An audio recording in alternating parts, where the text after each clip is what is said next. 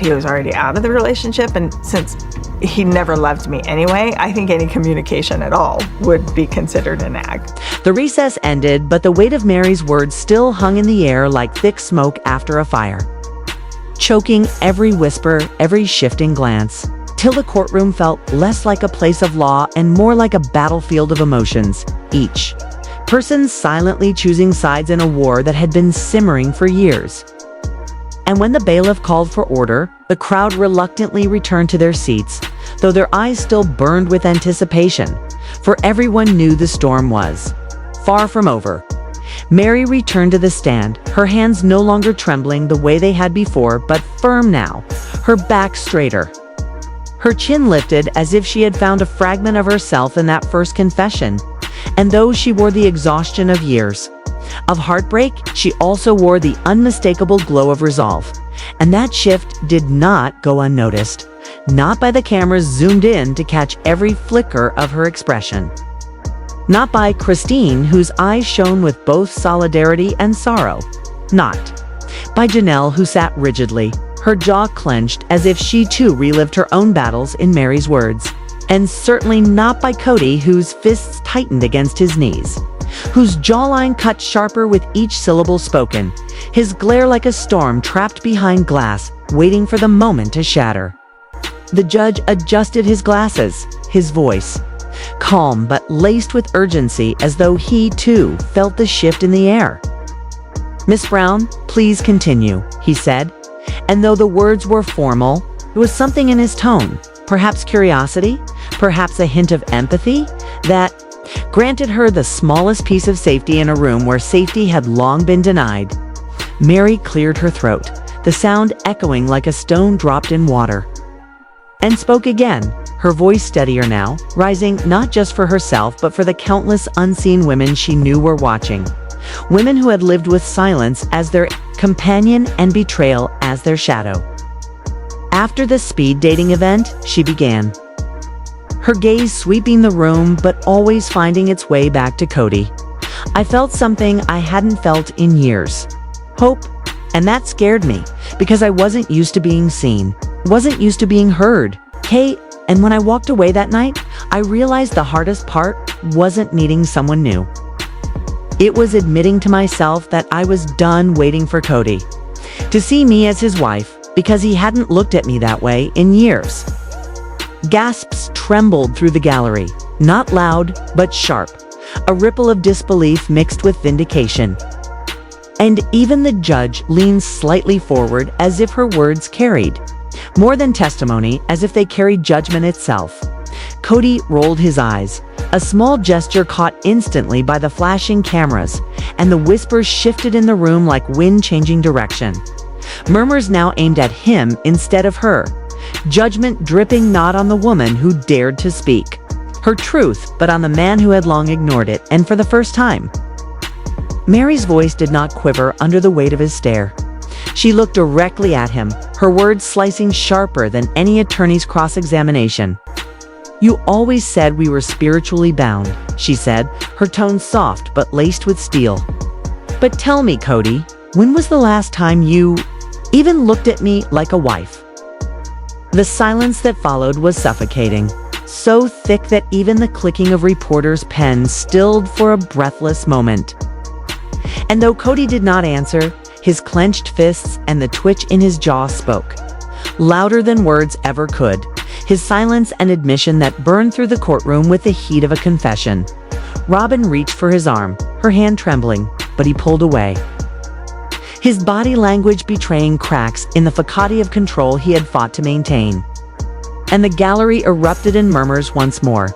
The shift undeniable. Meri was no longer the silent wife abandoned in the shadows. She was the voice breaking the silence. And with each word, the carefully constructed image of the Brown family fractured further. Her voice softened again, carrying a weight that pressed down on every chest in the room. "I stayed for years because I thought I wasn't enough. I thought if I tried harder, if I prayed longer, if I gave more of myself away, he would come back to me. But then I realized it wasn't me who left this marriage. It was him. I was just the last to stop pretending. A sharp intake of breath swept across the gallery like a gust of wind rattling windows. Christine lowering her head as though she, too, knew the sting of those words. Janelle shifting uncomfortably in her seat, her lips tightening as if swallowing memories too raw to speak aloud. And even Robyn, usually so controlled, pressed her lips together until they whitened. Her eyes darting toward Cody as though begging him to do something, to speak, to defend himself, but he sat frozen, his glare locked on Meri, his silence heavier than denial. Heavier than rage, heavier than the truth itself.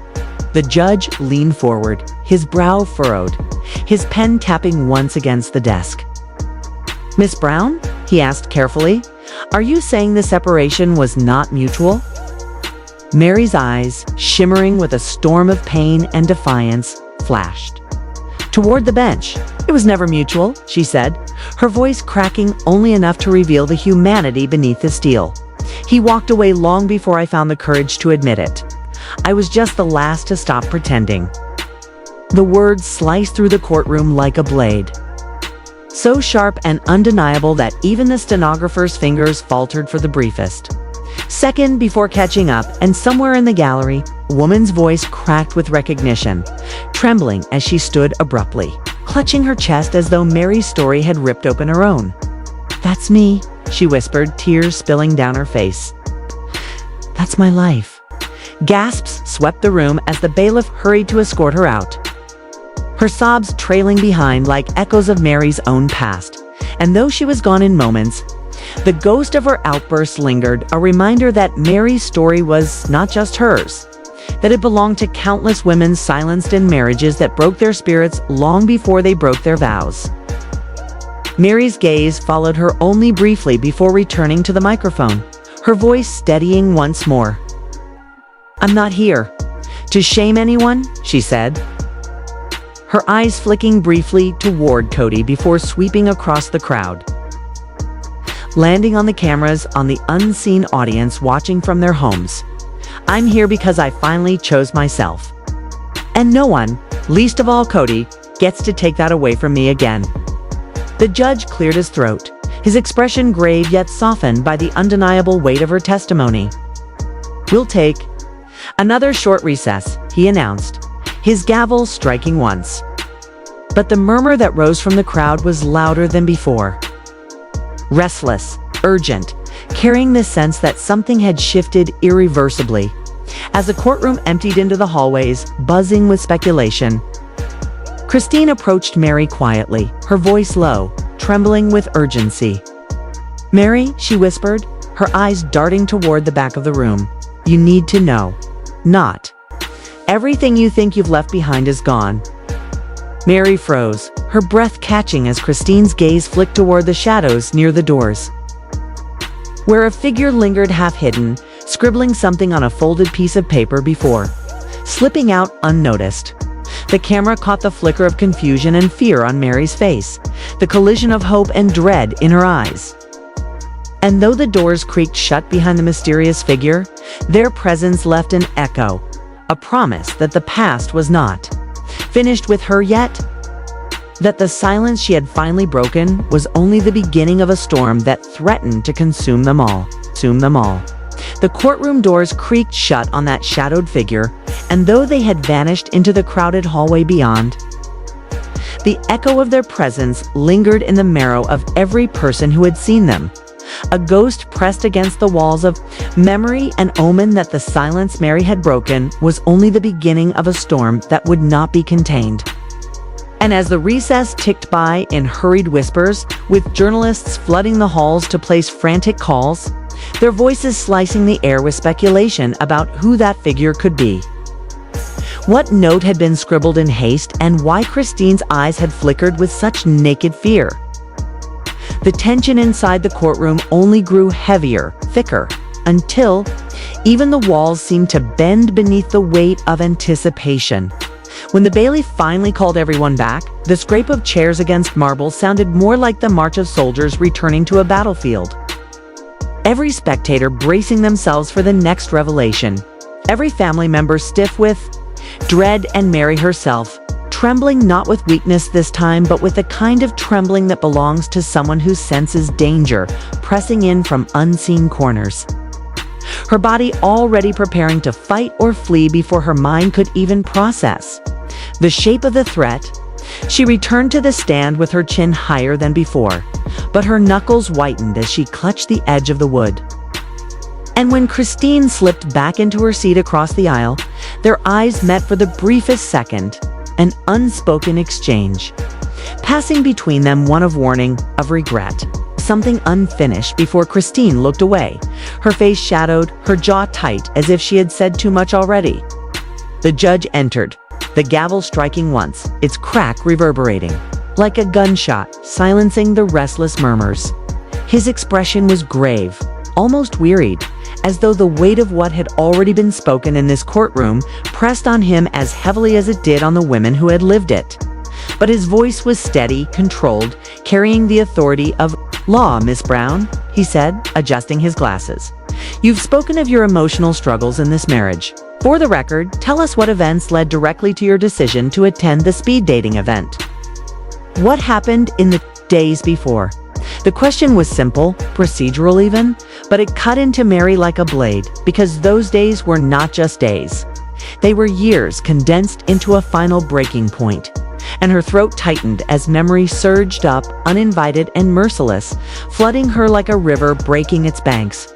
She swallowed hard, forcing words through the lump of grief. Her voice low, deliberate, but trembling with a kind of rawness that could never be rehearsed. It wasn't sudden, she said, her eyes unfocused as if she were looking not at the courtroom, but at the walls of her empty bedroom, the cold half of the bed untouched night after night. It was years of silence, years of being invisible, of trying to speak into a void. And then her voice cracked and she drew a shuddering breath, a conversation that changed everything. The gallery leaned forward as one, hungry for detail, reporters' pens poised like daggers. Even Cody, who had been slouched with feigned indifference, straightened slightly, his posture stiff, his eyes narrowing. Meri's lips trembled as she forced the words out. I asked him if there was any love left, if there was even a chance. And do you know what he said to me? She turned her head slowly, her eyes locking onto Cody, her voice breaking into a whisper so sharp it cut through the silence. He said, "You've been more of a friend than a wife for years." Gasps burst from the gallery, Christine covering her mouth with her hand. Janelle shaking her head, Robyn staring fixedly at the table as though the wood itself might open and swallow her whole, and Cody's jaw worked, clenched so tight it seemed it might shatter, its glare boring into Meri as if his silence could undo her words. But the damage was done. The court, the cameras, the world had heard, and no amount of denial could erase it now. That was the moment Meri continued, her voice steadier now, though her eyes glistened with unshed tears, that I realized I wasn't waiting for him anymore. I wasn't waiting for him to choose me. I could choose myself. That's why I went to that event, not to find someone new, but to prove to myself that I still mattered. Her words cracked the room open like thunder. Gasps, murmurs, frantic scribbles from journalists who could hardly believe what they were hearing. And in the back row, a woman whispered to another, her voice trembling, "She's speaking for all of us." But before the atmosphere could settle, before the collective gasp could dissolve into silence again, the heavy doors at the rear of the courtroom creaked open, drawing every eye like a magnet, and the figure who had slipped away during the last recess returned, this time not trying to hide but walking with deliberate steps, a folder clutched tightly in their hands. The bailiff intercepted them immediately, the exchange brief and tense, and within moments the folder was placed into the judge's hands. The judge's brows knit as he glanced through its contents, his face tightening, and when he finally looked up, his eyes carried a weight that sent a chill through the room. These documents, he said slowly, were submitted anonymously. They claimed to contain evidence directly relevant to Miss Brown's testimony. The words detonated in the courtroom, Whispers rose like a tidal wave, heads swiveling. Journalists scrambling. Meri stiffened, her hands gripping the stand until her knuckles burned white. "I haven't submitted anything," she said quickly, her voice shaking but firm. "I don't know what's in those papers." Cody smirked faintly, the cruel twist of his lips like a dagger designed to wound. And though he didn't speak, the look on his face was enough to ignite doubt in the minds of those who saw it. The judge lifted his hand for silence, his gavel striking once. "Order. This court will recess briefly to review the contents of these documents before they can be admitted and to record." The murmurs grew louder, restless, impossible to contain. Journalists rushed from their seats. Family members leaned toward one another in urgent whispers, and Meri stood frozen, staring at the folder as though it were a serpent, coiled and ready to strike. Her heart hammered in her chest, her body cold with dread. She whispered, barely audible, "I've told the truth. Every word I've spoken is mine. If there are papers out there, they aren't from me." Cody leaned forward slightly, his smirk widening just enough for her to see, his voice a low mutter that carried across the few feet between them like venom. "But they might be about you." Her face drained of color, her breath catching in her throat. Christine sat back, devastated, her hands pressed together in prayer-like desperation. Janelle muttered under her breath, shaking her head. And Robyn's eyes darted away, refusing to meet anyone's gaze. The judge called recess, his gavel striking with finality. And the courtroom dissolved into chaos, reporters spilling into the halls to file breaking news. Supporters shouting Meri's name, critics hissing suspicions, family members breaking into whispered arguments that carried the sting of betrayal. Meri sat frozen, staring straight ahead. The image of that folder burned into her mind like fire on parchment.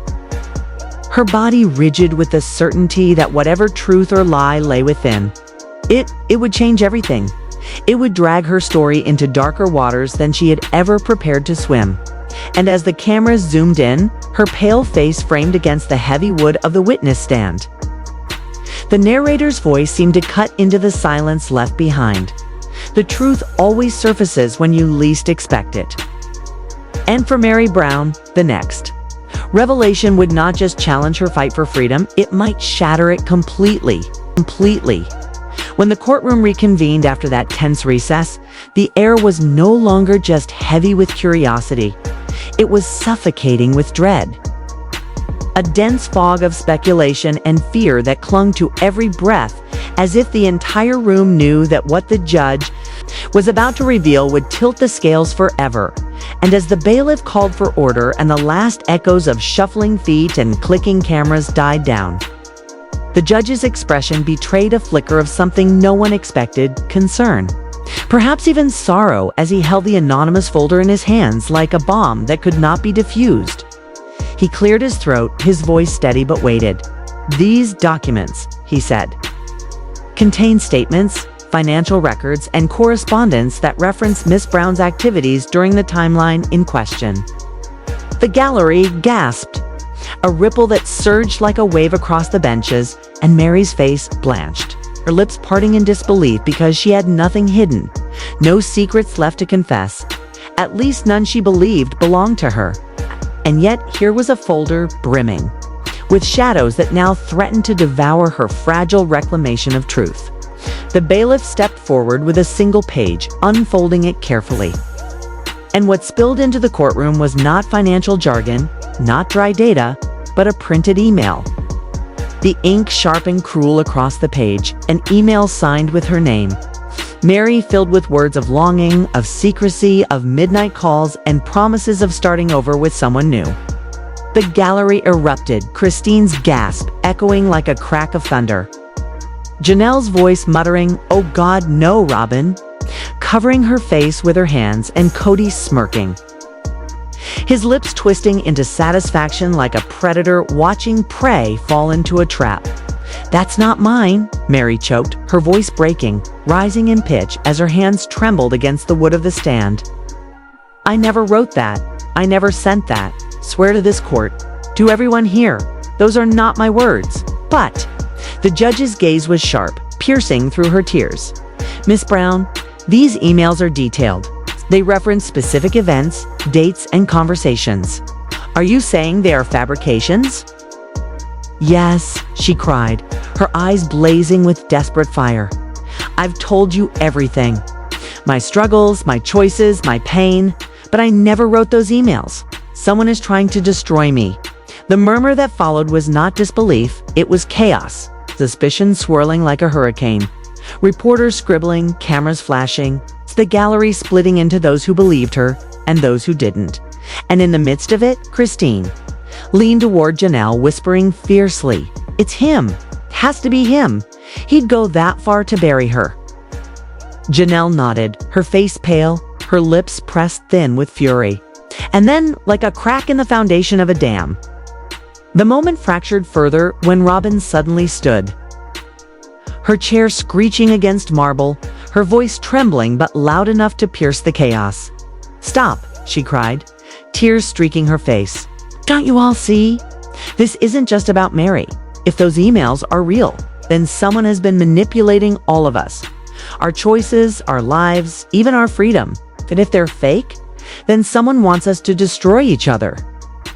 The judge ordered her to sit, his gavel striking, but the damage was already done.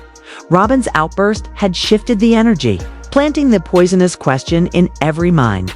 Who was pulling the strings? The answer came with a whisper of dread as the judge announced the next witness, summoned in connection to the emails. And when the side door opened and the figure stepped forward, the room gasped. It wasn't a stranger. It wasn't an outsider. It was Leon, Meri's own child, their steps heavy with conflict, their face older, sterner.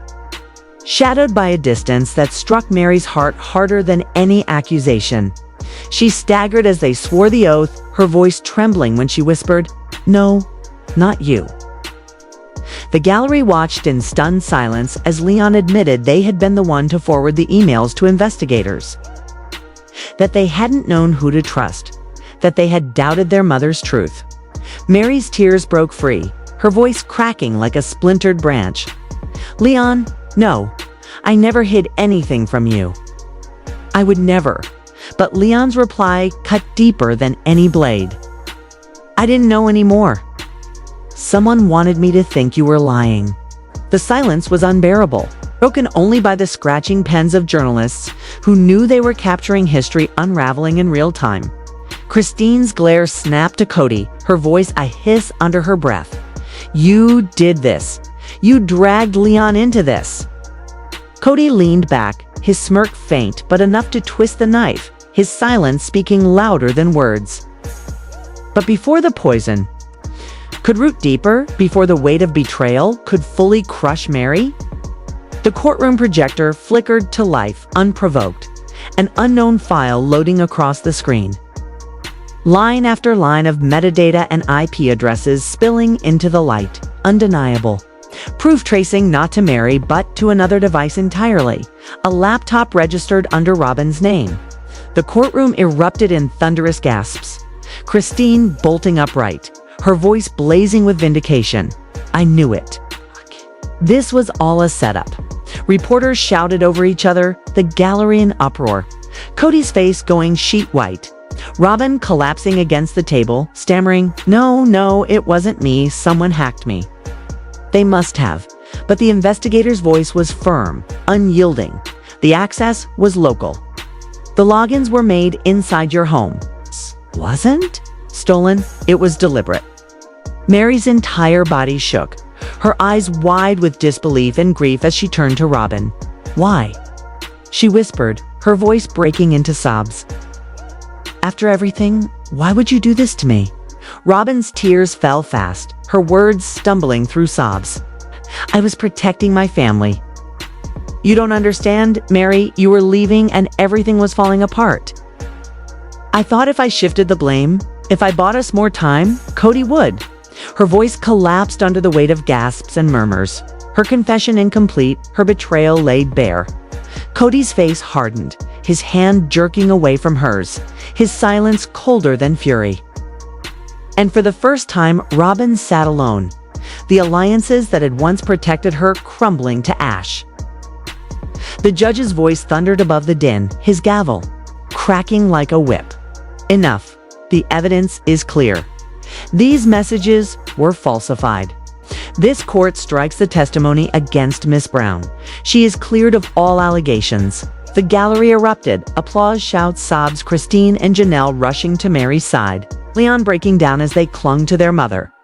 The rift between them beginning to heal in shared tears, while Cody sat frozen, his empire of control collapsing in real time.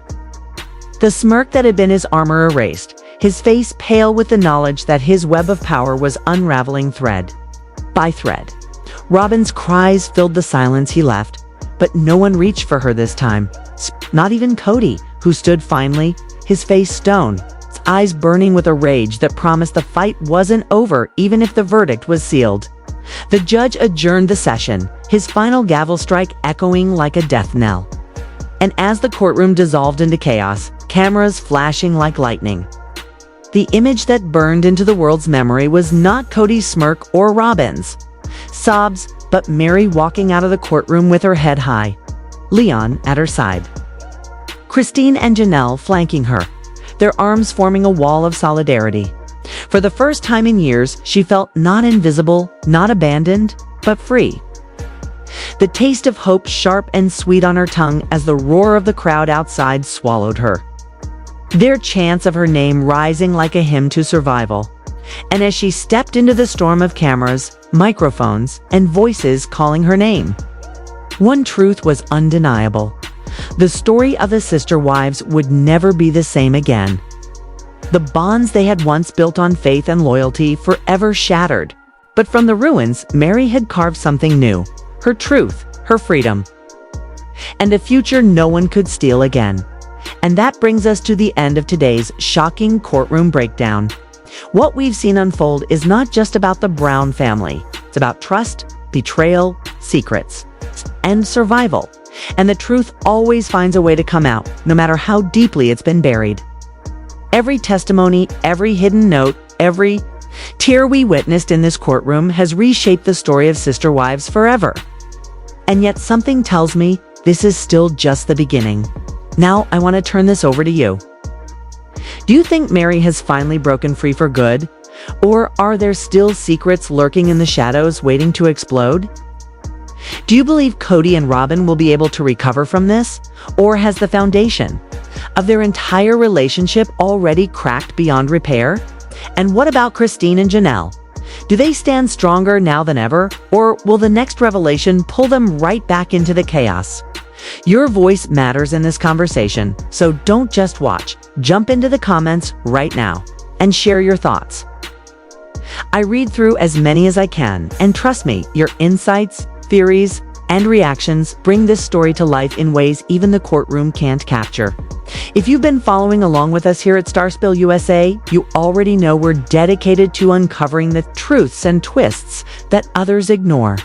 We don't just report the headlines, we dive deeper, connecting the dots, asking the hard questions, and shining a light on the scandals hiding in plain sight. Every like, every share, and every new subscriber is what keeps this channel going strong, giving us the fuel to bring you more stories, more revelations, and more behind the scenes. Truths that fans everywhere deserve to know.